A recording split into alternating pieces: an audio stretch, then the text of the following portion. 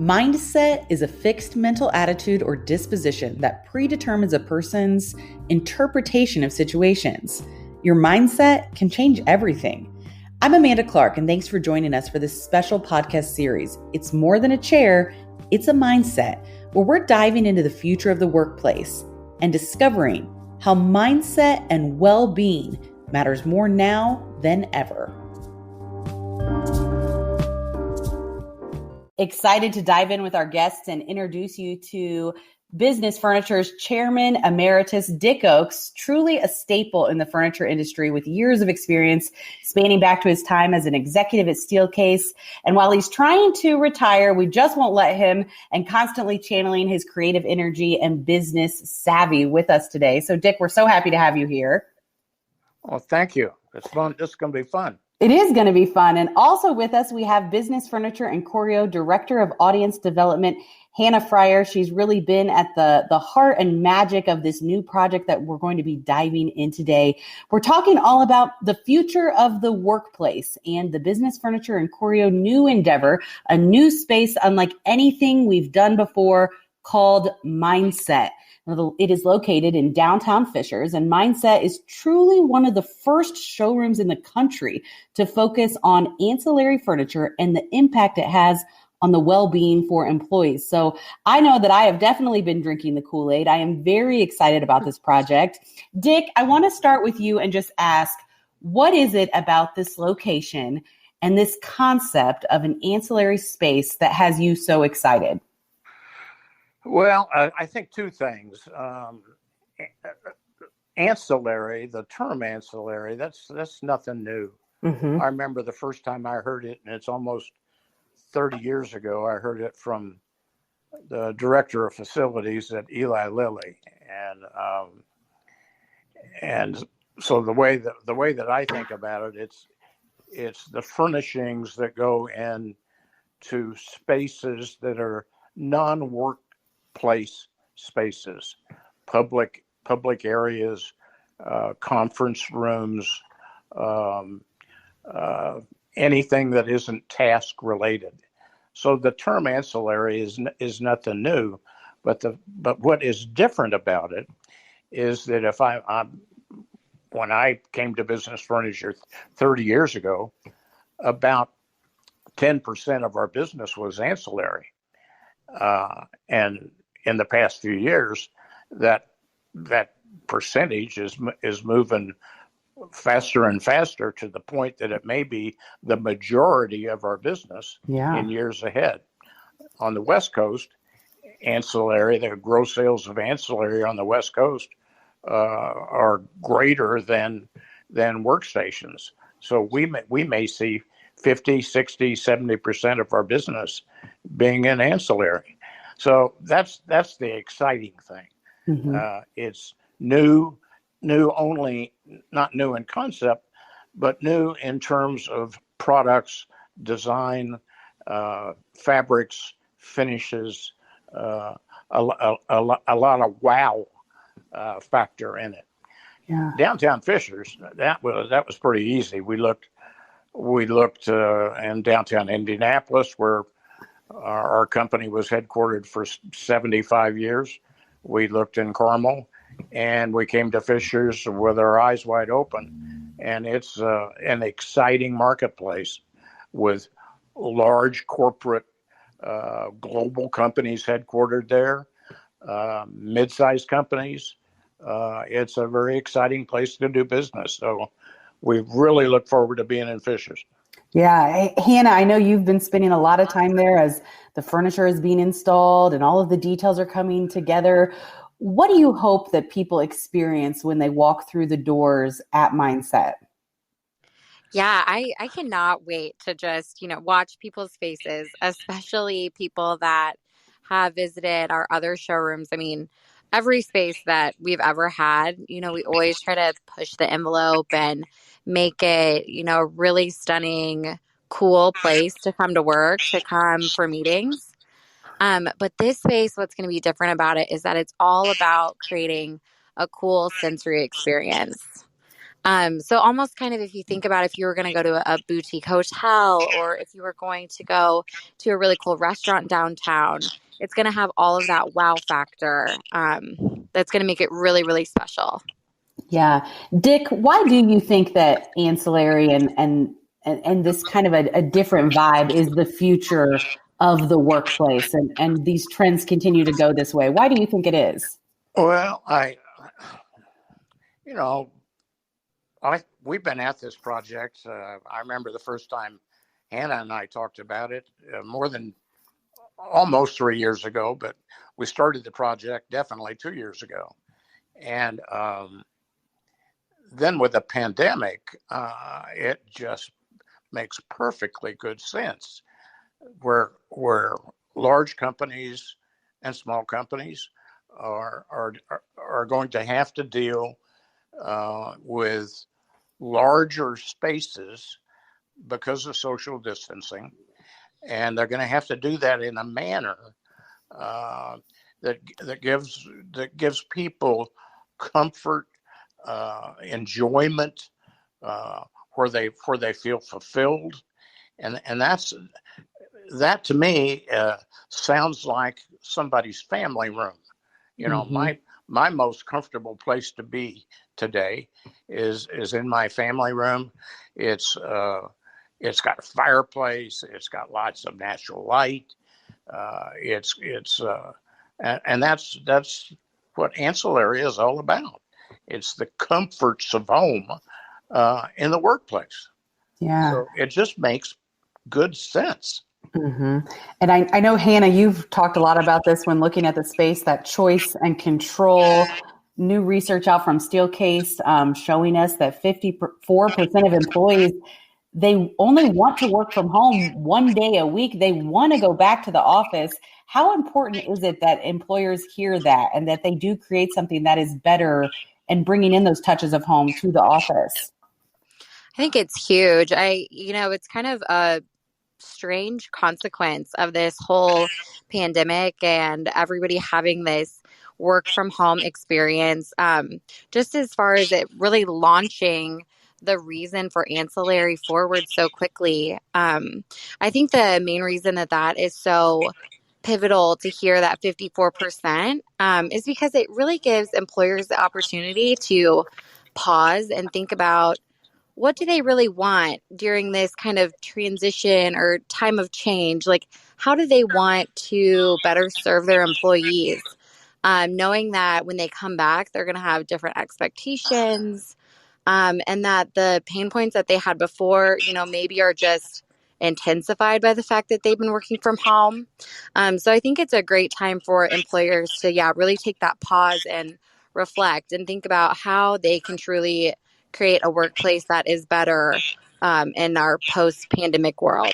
Yeah, yeah. Dick, what conversations are you having? When you talk to other C-suite folks and other company leaders, how are they going to get back to work? And what would your advice be for them when talking about their space and making sure that they are incorporating these touches of home for their employees? Well, I think my advice is take it slow. Um, the space needs to be highly flexible. I, nobody's got the perfect answer, but if you read the information that the real gurus globally, the real gurus in the not necessarily the furniture industry, but in real estate, in architecture, in space, uh, it's take it slow, as make that space be as flexible as it can possibly be, because it's going to change. You Mm-hmm. know what you put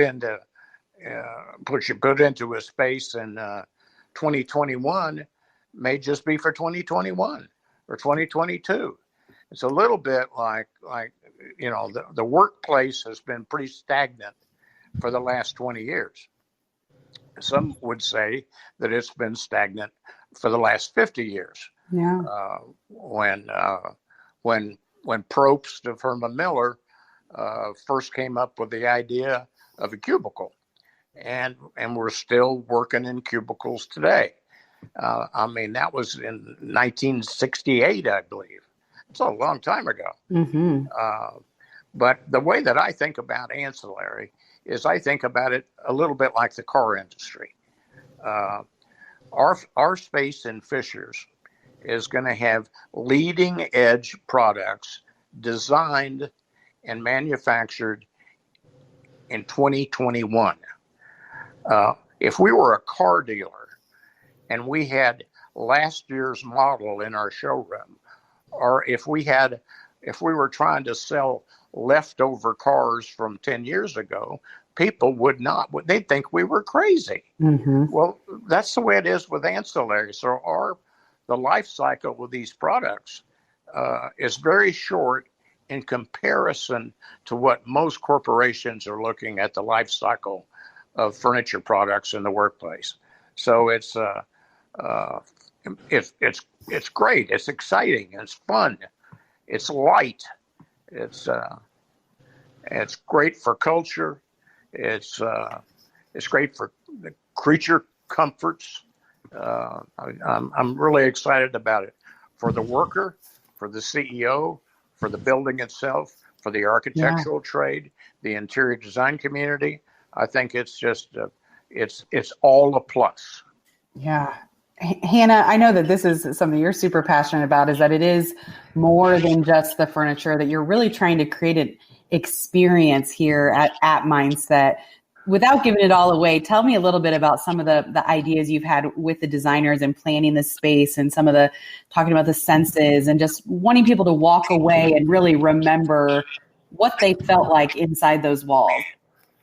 Yeah, I love that part of it. I think that part of it for me is like kind of where the magic happens, because I really think that when when a designer is looking at furniture or an end user is looking at furniture, it's hard when you're comparing lots of different manufacturers and traveling all around town. And I think, at least for me, when I experience an environment that I really connect to and have a positive experience within, it makes me so much more inclined to go back later and try to mimic what I experienced there in my designs.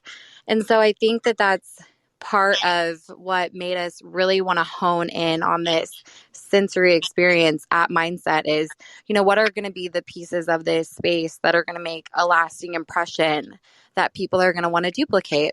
Mm-hmm. So like we have a signature scent, which was a totally new and kind of fun endeavor for us to come up with. Having lots more plants and emphasis on biophilia in this space. And then even being really mindful of all of the different levels of light. So, typically in a corporate environment, you have a ton of ambient overhead lighting, and that's just kind of what it is. But here we've got, lots of cool accent lighting, as well as capabilities to dim all the lighting. So just depending on what the mood is, what the situation is, we can really, zero in on the perfect experience. Yeah, and I love the name. The location's name is Mindset, really reflective of a shift in mindset for the way we work, to reimagine how we work, that your mindset controls so many things about your culture and your results and just who you are as a person. Dick, you've seen challenges in business before. It's why we love talking to you and picking your brain. What do you think is kind of the future of business right now? And how do you feel about opening a new business in the midst of a pandemic, in the middle of a lot of scary things, but knowing that you have to kind of always be forward thinking? I think the timing couldn't be better. I wish we could have opened it 6 months ago. Yeah. I think our timing is just perfect. The future looks very bright.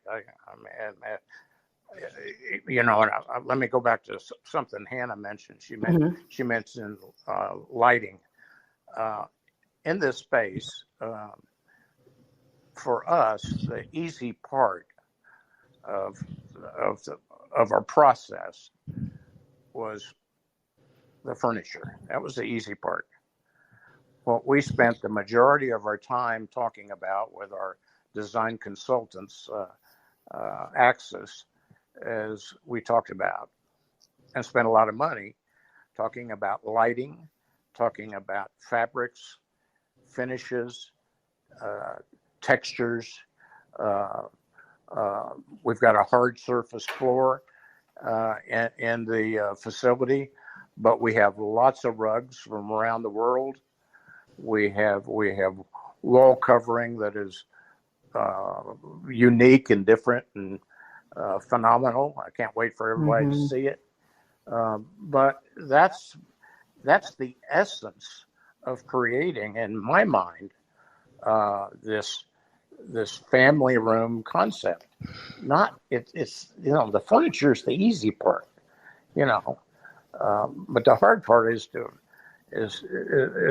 like I think one of you said it, Amanda, or Hannah said it. It's a little bit like going to a 5-star hotel and sitting in the bar or sitting in the lobby, getting to your room. That comfort, that feeling that you get, that has to do with all of your senses, has to do with smell, it has to do with touch. The visual part about it is we're in a visual industry. It's how it looks is extremely important. But that all has to do with the space itself that one creates for their company.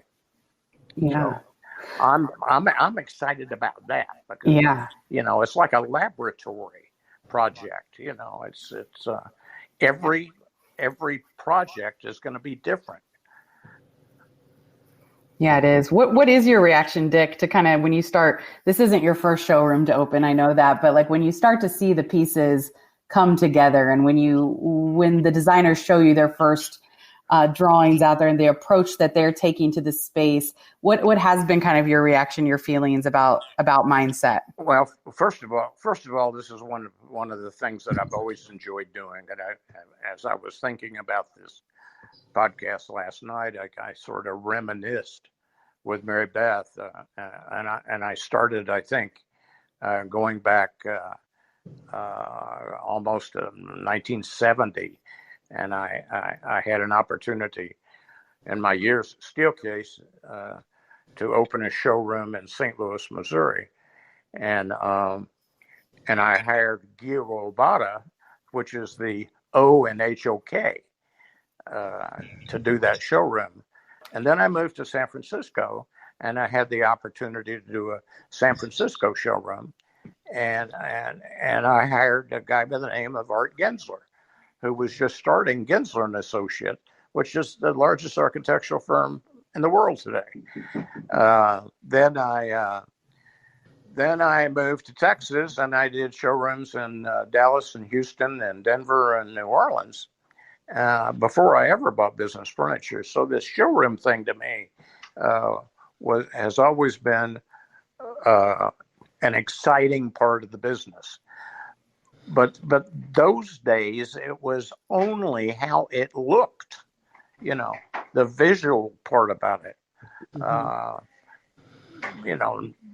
I'm not keen on just creating a visual showroom, and we certainly couldn't create a showroom for all the products in the industry that we represent. None of us can do that.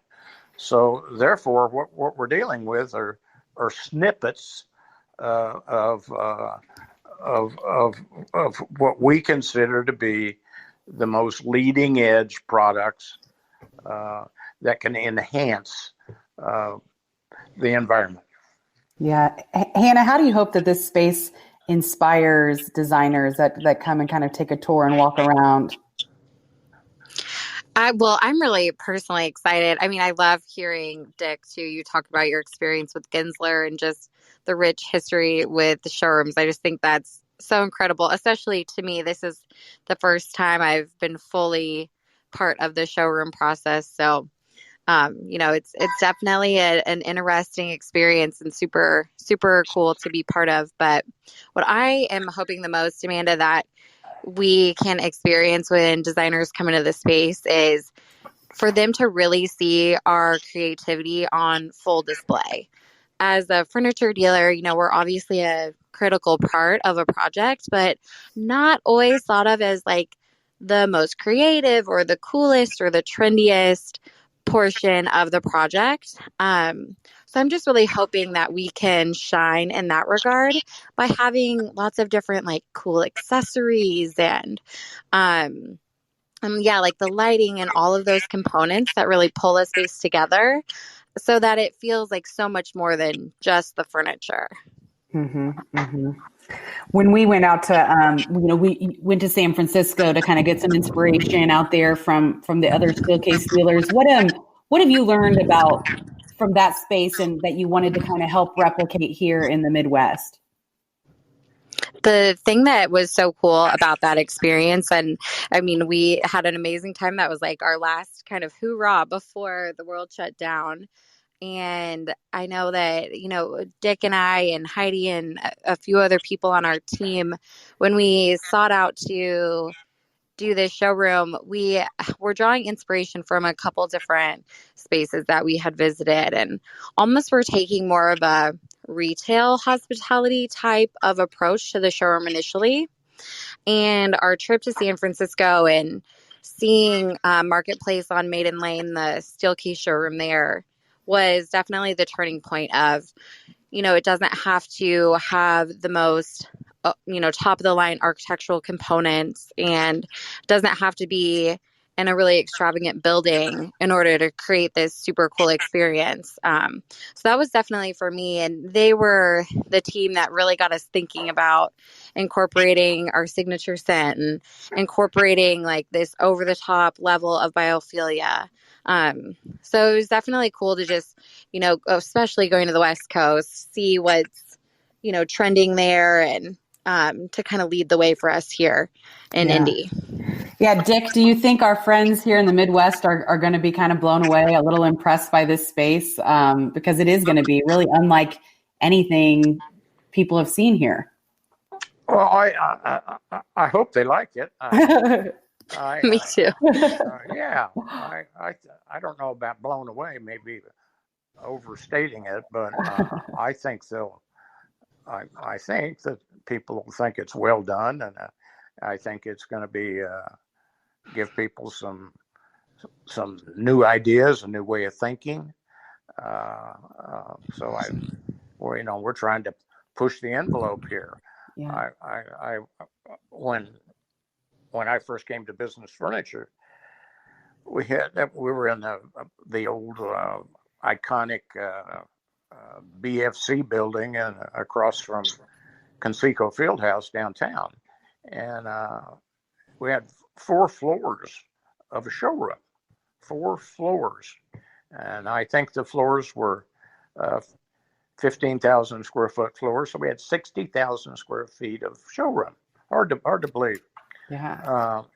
And I didn't have any money, but I had to redo that space. And I had a good friend in Houston.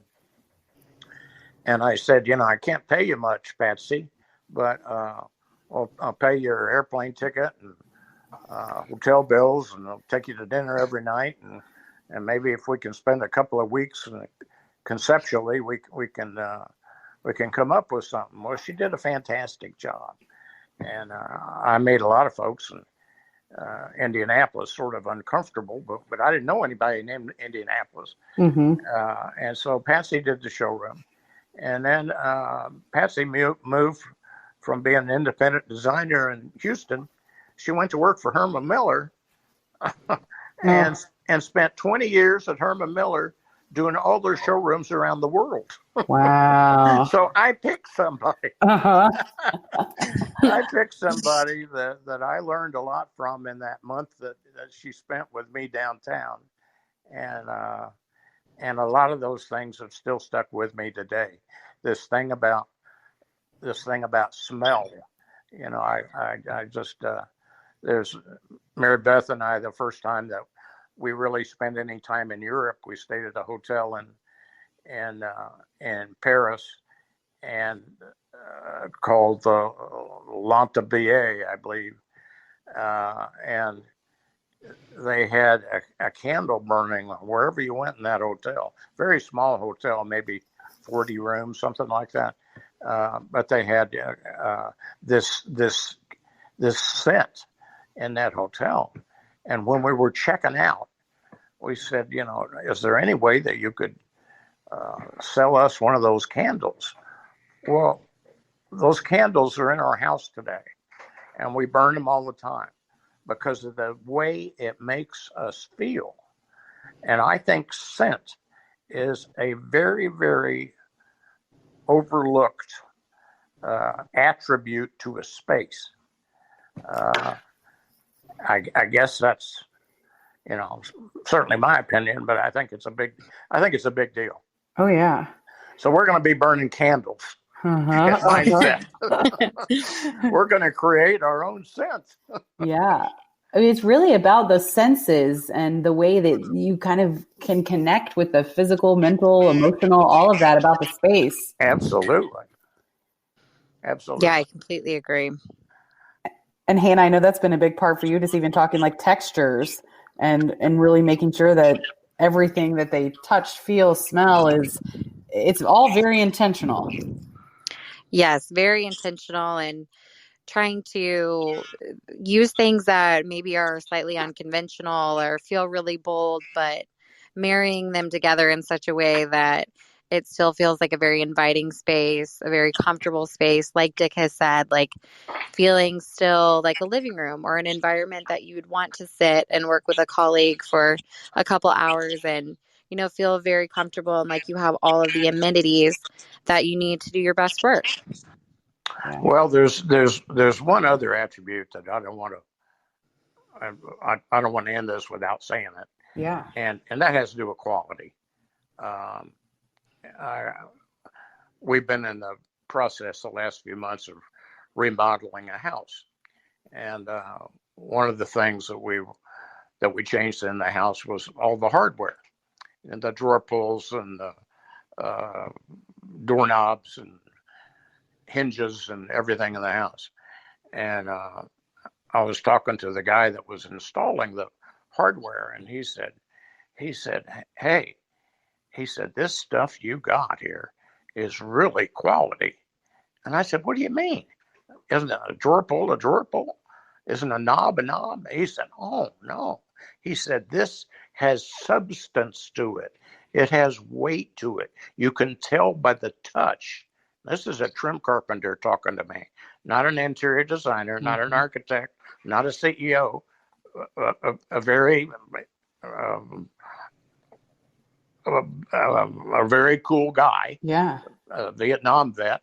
But he's talking to me about how he could tell by the touch of it that it was quality. And I think that when people go through this space, that everything that Hannah and the team have created, Heidi and Hannah and the people at Axis, you touch, you feel, you look, it's very high quality. So even though that it's intended to be light scale, flexible, movable, it is high quality stuff. Yeah, that's great. Great to bring up. Anything else, Hannah, that you want people to know about mindset? We're almost wrapping up here. I know that you've talked so much about it, but you want to give us some of the rundown? We know it's 3,700 square feet. What else? Kind of give us some of those stats. Yeah, it's 3,700 square feet, and it's very light and bright in there. There's a ton of windows, and we've done a lot with the different ceiling heights in there and incorporating some different paint, some very, very cool wall coverings, which I think is one of the most exciting parts of it for me. And then, I love, that Dick has touched so much on flexibility, because I can't wait for people to come to this space, but then hopefully, come again. And every time that people are there, we want it to feel just a little bit different, show people how they can reconfigure their furniture or add in new components and have an entirely new space without necessarily doing an entire overhaul of the architecture. So yeah, it's going to be really cool, very exciting, and we can't wait to have people come and see us. We sure can't. Thank you, Hannah. Thank you, Dick, for taking the time to be here with us. Well, thank you. For our listeners, we cannot wait to have you come and tour the space. We truly believe that environments impact our physical, mental, and emotional well-being, leading us to manipulate and challenge our mindset and create space for growth.